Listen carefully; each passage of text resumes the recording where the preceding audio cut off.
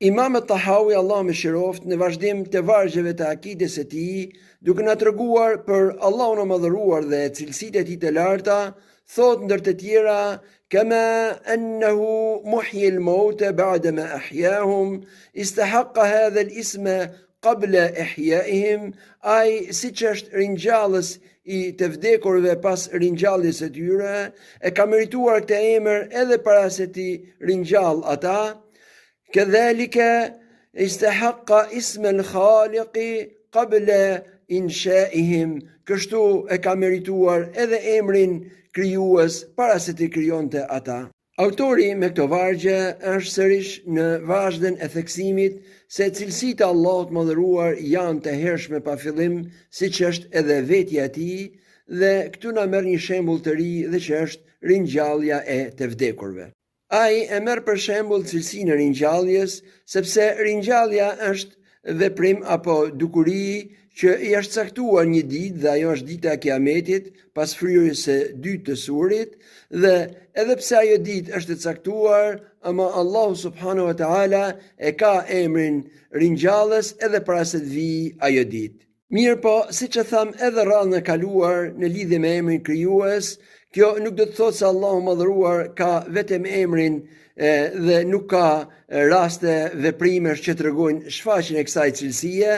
dhe kjo në lidhje me emrin ringjallës është shumë e qartë, pasi Allahu madhëruar, edhe pse ringjalljes i është caktuar një ditë e veçantë dhe që është dita e Kiametit, ka patur edhe rastet e tjera gjatë kësaj bote që janë ringjallur me fuqinë e Allahut madhëruar njerëz dhe kanë ardhur në botë pas vdekjes.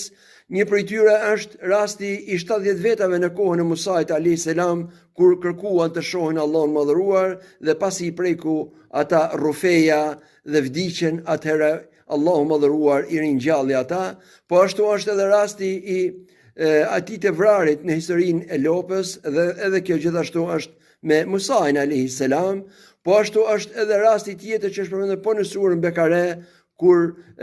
disa njerëz që ikën nga vendi i tyre dhe ishin me mijëra, dhe thuhet se ka qenë për shkak të shfaqjes së smundjes së mortajes, dhe atëherë Allahu madhëruar i ringjalli ata pas vdekjes së tyre. Po ashtu është edhe rasti Ibrahimit alayhis salam me zogj që ka përmendur po në surën Bekare. Po ashtu edhe rasti i atij që kaloi pranë fshatit të shkatërruar dhe që mendohet të jetë Uzejri, dhe e ringjalli Allahu madhëruar pasi kaluan 100 vite, dhe